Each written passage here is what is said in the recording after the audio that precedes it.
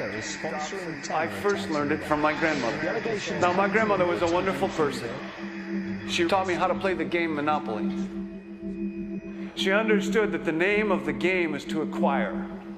She would accumulate everything she could, and eventually she became the master of the board. And then she would always say the same thing to me. She'd look at me and she'd say, "One day, you'll learn to play the game." One summer, I played Monopoly almost every day, all day long. And that summer, I learned to play the game. I came to understand the only way to win is to make a total commitment to acquisition. I came to understand that money and possessions, that's the way that you keep score. And by the end of that summer, I was more ruthless than my grandmother. I was ready to bend the rules if I had to win that game. And I sat down with her to play that fall. I took everything she had. I watched her give her last dollar and quit in utter defeat. And then she had one more thing to teach me. Then she said, "Now it all goes back in the box." All those houses and hotels, all the railroads and utility companies, all that property and all that wonderful money. Now it all goes back in the box. None of it was really yours. You got all heated up about it for a while. But it was around a long time before you sat down at the board. And it will be here after you're gone. Players come and players go. Houses and cars, titles and clothes, even your body.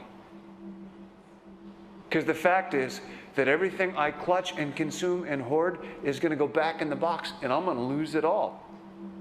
You have to ask yourself, when you finally get the ultimate promotion, when you've made the ultimate purchase, when you buy the ultimate home, when you have stored up financial security and climbed the ladder of success to the highest rung you can possibly climb it, and the thrill wears off, and it will wear off, then what? How far do you have to walk down that road before you see where it leads? Surely you understand, it'll never be enough. So you have to ask yourself the question, what matters? When I was a young man, growing up in New York City, I refused to pledge allegiance to the flag. Of course, I was sent to the principal's office, and he asked me, "Why don't you want to pledge allegiance? Everybody does." I said, "Everybody once believed the earth was flat, but that doesn't make it so."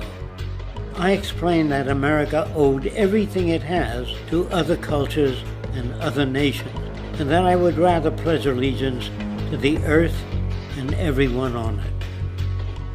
Needless to say, it wasn't long before I left school entirely, and I set up a lab in my bedroom. There I began to learn about science and nature. I realized then that the universe is governed by laws, and that the human being, along with society itself, was not exempt from these laws.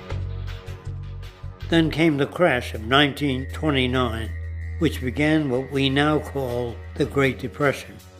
I found it difficult to understand why millions were out of work, homeless, starving, while all the factories were sitting there. The resources were unchanged.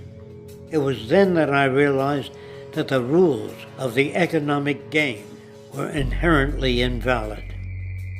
Shortly after came World War II, where various nations took turns systematically destroying each other. I later calculated that all the destruction and wasted resources spent on that war could have easily provided for every human need on the planet. Since that time, I have watched humanity set the stage for its own extinction. I have watched as the precious finite resources are perpetually wasted and destroyed in the name of profit and free markets. I have watched the social values of society be reduced into a base artificiality of materialism and mindless consumption. And I have watched as the monetary powers control the political structure of supposedly free societies. I'm 94 years old now, and I'm afraid my disposition is the same as it was 75 years ago. This shit's got to go.